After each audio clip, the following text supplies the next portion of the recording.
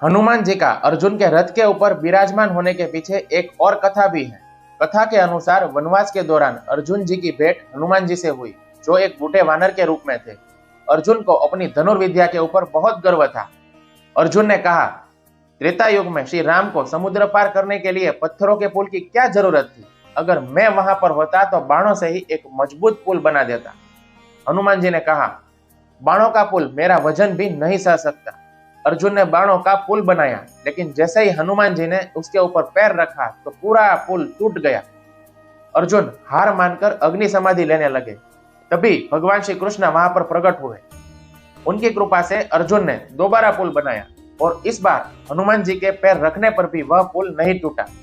जब हनुमान जी को पता चला कि यह सब तो भगवान की लीला है, तो उन्होंने अर्जुन की सहायता करने का वचन दिया। अर्जुन का रथ दिव्य था, लेकिन कौरव सेना में भीष्म, द्रोण और कर्ण जैसे महारथी थे, जिनके अस्त्रों में रथ को मीलों तक पीछे धकेलने की शक्ति थी। हनुमान जी रथ के ध्वज के ऊपर बैठकर रथ को इतना भारी बना देते थे कि शत्रुओं के भयानक अस्त्र भी उस रथ को पीछे नहीं धकेल पाते थे। हनुमान जी स्वयं रुद्र अवतार हैं। उनके ध्वज पर होने के कारण ही शत्रुओं के कोई घातक और मायावी अस्त्र रथ से टकराने से पहले ही निष्फल हो जाते थे।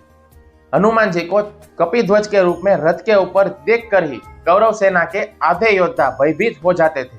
जब हनुमान जी गर्जना करते थे तो वह ध्वनि इतनी भीषण होती थी कि शत्रु सैनिकों के हाथ से शस्त्र छूट जाते थे और घोड़ों, हाथियों में भगदड़ मच जाती थी। अर्जुन के रथ के ऊपर सारथी के रूप में भगवान श्री कृष्ण स्वयं विराजमान थे और हनुमान जी राम के परम भक्त। हनुमान जी का अर्जुन के रथ के ऊपर होना यह दर्शाता था कि जहां नारायण यानी कि श्री कृष्ण है, वहीं उनके भक्त हनुमान जी भी होंगे। यह इस बात का प्रतीक था कि जीत केवल उसी पक्ष की होगी जहां पर साक्षात भगवान और उनकी शक्तियां मौजूद हैं। युद्ध खत्म होने के बाद जब हनुमान जी ध्वज से उतरे और अंतर्ध्यान हुए और भगवान श्री कृष्ण रथ के ऊपर से नीचे उतर गए, तो पूरा रथ जलकर खाक हो गया, जिससे पता चलता है कि पूरे युद्ध के दौरान भगवान श्री कृष्ण और उनकी शक्तियों ने ही इस रथ को संभाल कर रखा था और रथ की रक्षा की थी और अर्जुन की भी रक्षा की थी। हरे कृष्णा।